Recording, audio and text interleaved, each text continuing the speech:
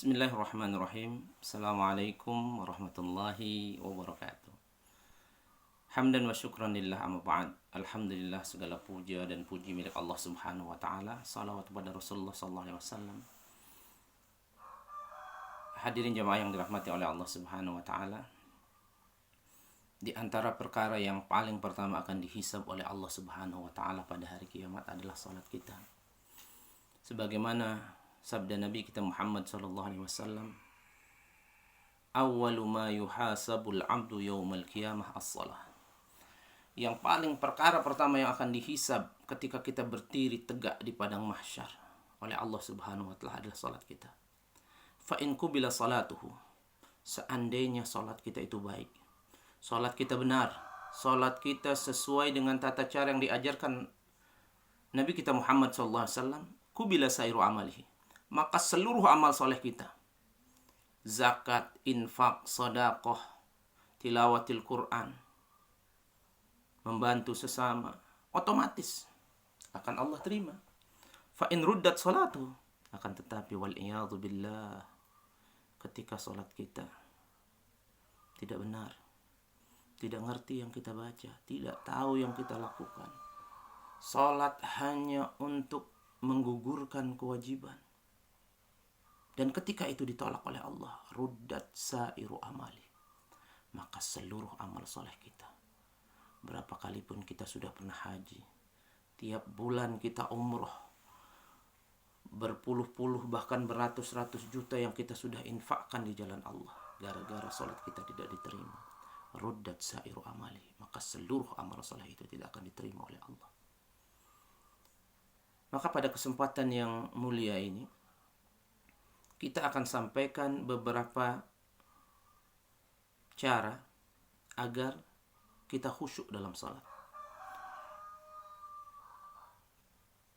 Ini adalah dikutip dalam kitab 33 penyebab khusyuk dalam salat karangan Muhammad Saleh Al-Munjid.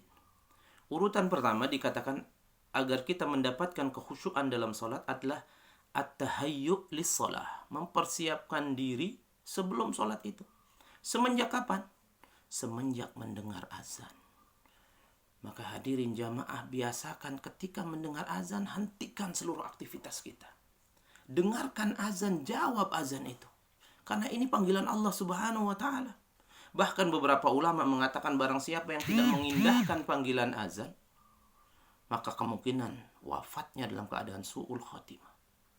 Maka dengarkan azan sebagaimana sabda Nabi, "Idza sami'tumun nida faqul misla ma yaqulul muazzin." Ketika kau dengar azan, maka jawab sebagaimana yang dilafazkan muazzin. Kemudian berdoa, "Allahumma rabb hadhihi da'wati tamah." Ketika kau lakukan itu, Masya Allah, ganjarannya sudah sangat luar biasa. Apa kata Nabi? Dalam hadis riwayat Imam Ahmad, halat lahu syafaati yaumil qiyamah. Aku halalkan baginya syafaatku pada hari kiamat. Ini luar biasa, mendapatkan syafaat dari Nabi. Kemudian ihsanul wudu, baguskan wudu kita.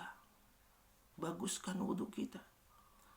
Nabi pernah mendengar sahabat yang bernama Khalad Az-Zuraiki di Masjid Nabawi salatnya. Sahabat Nabi ditegur oleh Nabi, "Shalli fa innaka lam tusalli."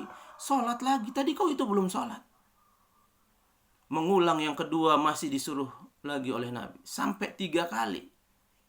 Kemudian dia katakan apa? "Ya Rasulullah, anta khairan nas. Inni la uhsinu ila dzaka. Fa'allimni ya Rasulullah. Aku nggak bisa melakukan lebih bagus dari yang ketiga tadi. Itu udah paling hebat salatku. Fa'allimni, maka ajari aku ya Rasulullah."